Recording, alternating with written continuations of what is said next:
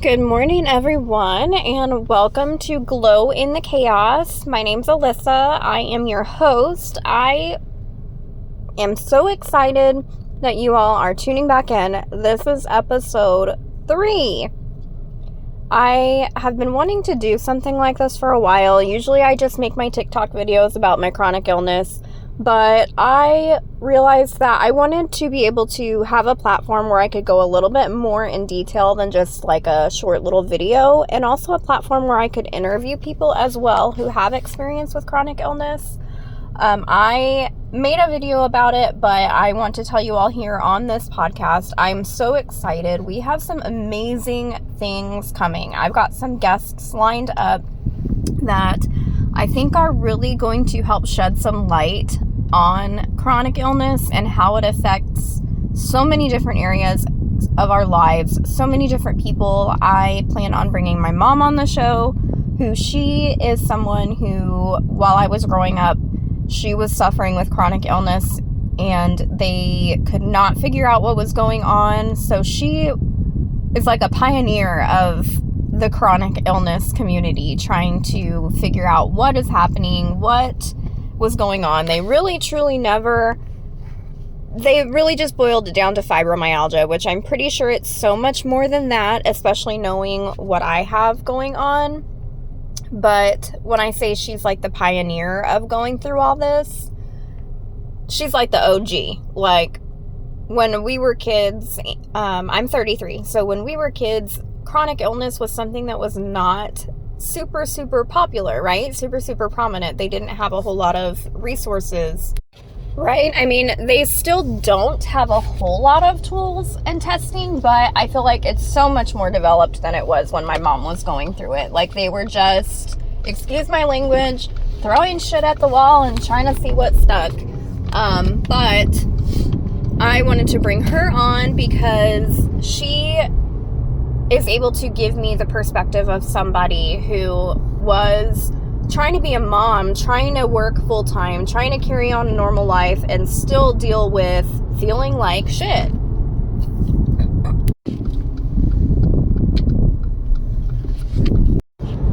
I remember so many days when she couldn't even get out of bed. I'm sure so many of us, like, looking back now, I realize, oh my gosh, everything that I'm going through, I remember watching my mom going through, which is absolutely crazy because we just had no idea what it was. And I can't believe that, I don't know, it's just surreal to me to know that what I'm feeling, I was looking back and watching my mom go through as well. Like, I don't know, it just gives me all the feels, right? Like, I feel terrible that I was probably a pain for her. You know, I was not helping with making her feel any better at all. Like, I was probably just adding to the stress and flare-ups, and I hate knowing that. But what can we do? Hindsight is 20/20. But that is why I am super excited to bring her on so we can hear all about that. I want to get some truths. I want to dig deep in this podcast, hear what other people are feeling and thinking, because let me just tell you where I am at in my life, okay? So, ready for story time? Let's go. It's probably been maybe 3 years now, I think, when I started all of this chronic illness crap. That's just the best way I can describe it. I don't really even remember what first symptom I started to notice, because I think that they all kind of just crept on slowly. So it was like one thing and I would think, okay, well, I'm just tired. And then another thing, and then I wouldn't think anything about it. But looking back, I think it started with just being absolutely exhausted.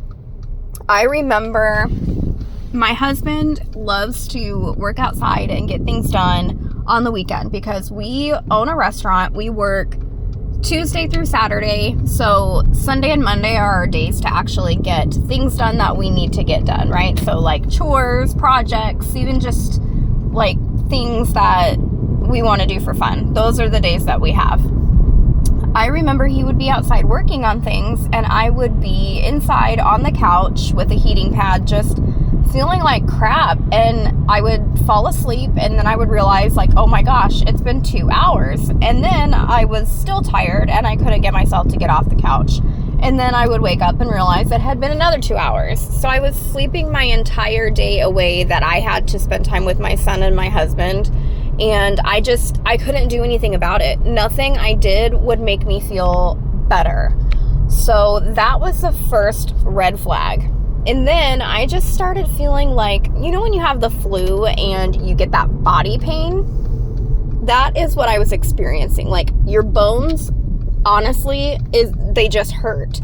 That's the only way that I know how to describe it. Your bones just hurt.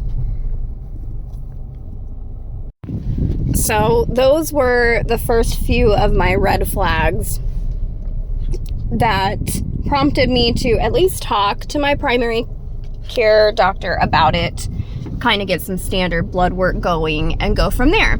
So everything I was describing to her, she thought kind of sounded like lupus. So we went the route of doing like the ANA, the lupus antigen, like all of the things, right? So my ANA came back with a very low positive.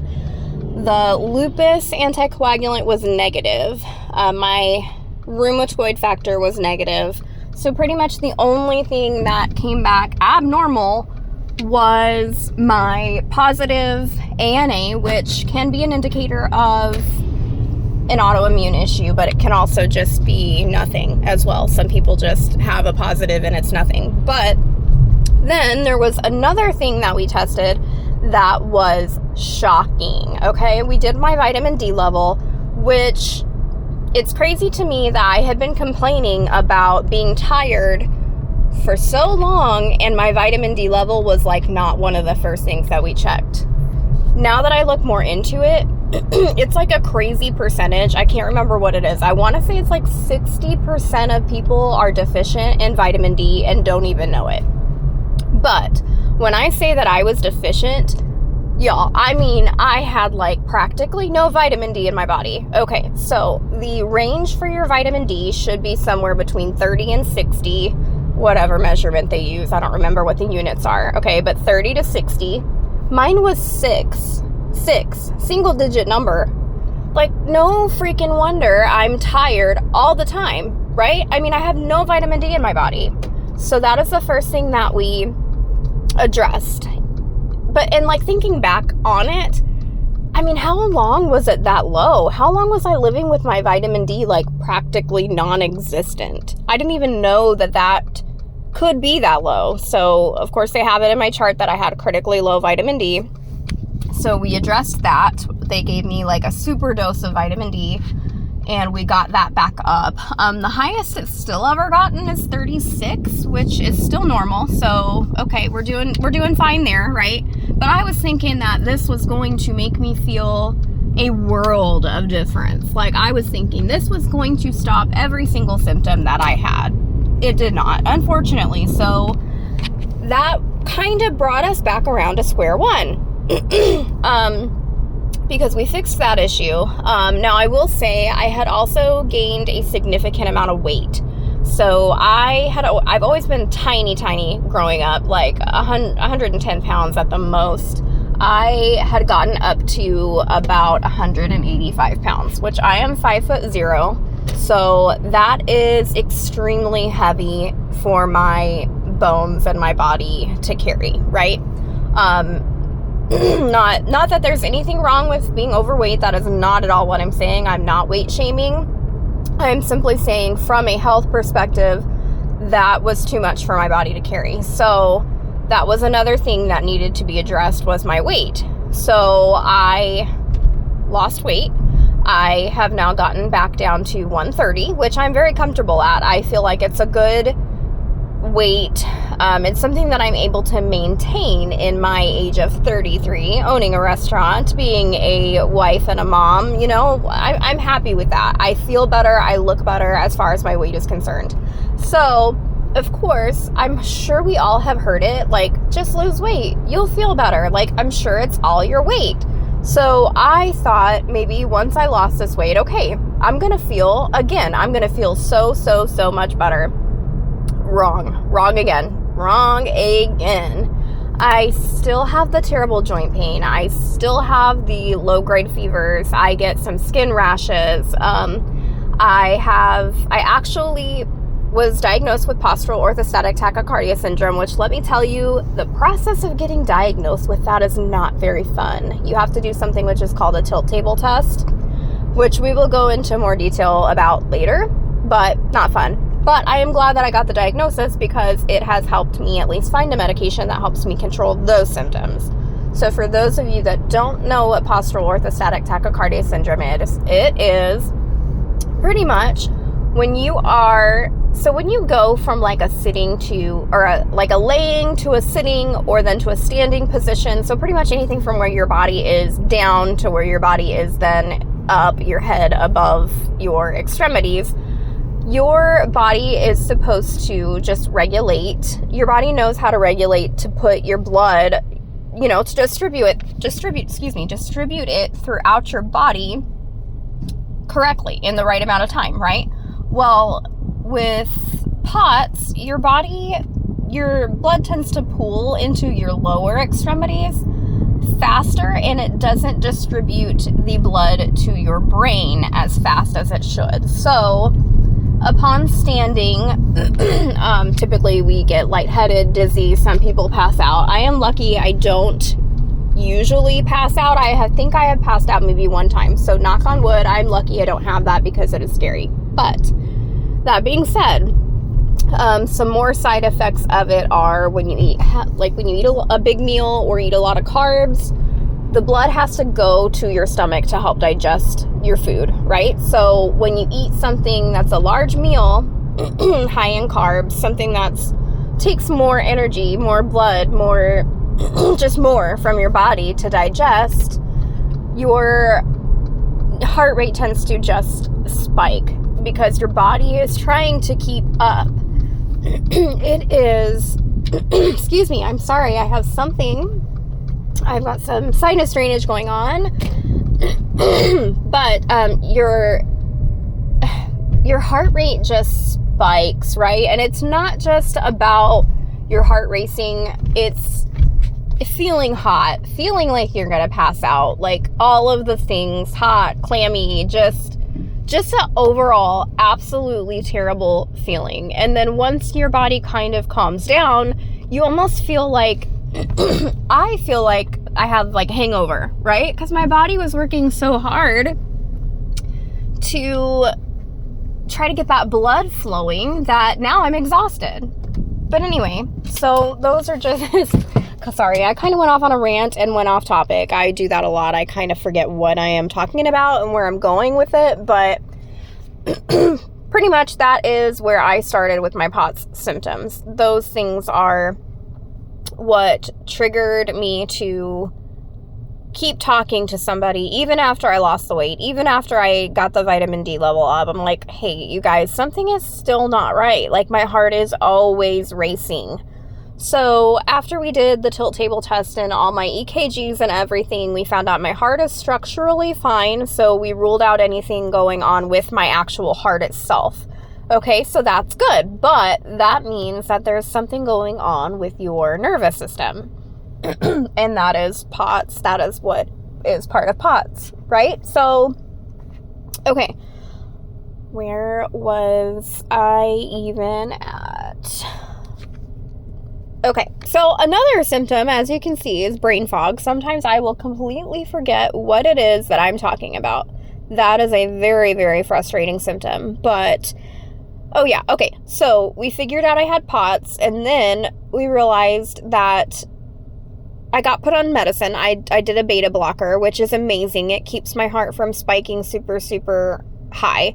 However, we realized that my resting heart rate was still always like 90s, high 90s. And my doctor's like, that's still high. You still have a high resting heart rate. So they also determined that I have IST, which is inappropriate sinus tachycardia. So that one we really don't know what causes it, but we upped my propranolol, my beta blocker, and that has seemed to bring my resting heart rate at least down into the 70s. So that's awesome. That's great. So that has helped a lot of my symptoms as far as POTS. Now okay, so we've got that under control, right? So now I am dealing with the absolutely terrible joint pain. So let's get into that. Okay, so getting into the joint pain, I'm not going to go super in detail with this diagnosis today because it's a whole nother episode on its own. But I was diagnosed with hypermobile Ehlers-Danlos syndrome, which basically it has to do with your collagen production and joint instability, which causes a lot of pain. There's a whole constellation of symptoms that go along with that. So like I said, that will be a separate episode, but I just wanted to kind of give you a little bit of my background, and now you can see that is what I have been dealing with. That is what I'm dealing with currently. But I'm so excited to have all of these guests on the show to help us and relate with us and talk to us about this. So like I said, I'm super excited to have my mom on, and then I've got some other things lined up as well. So please, please, please hit that follow button and keep listening. And in the meantime, keep glowing through the chaos. Thank you guys so much for listening. I hope you have a wonderful day, and I will see you on the next episode.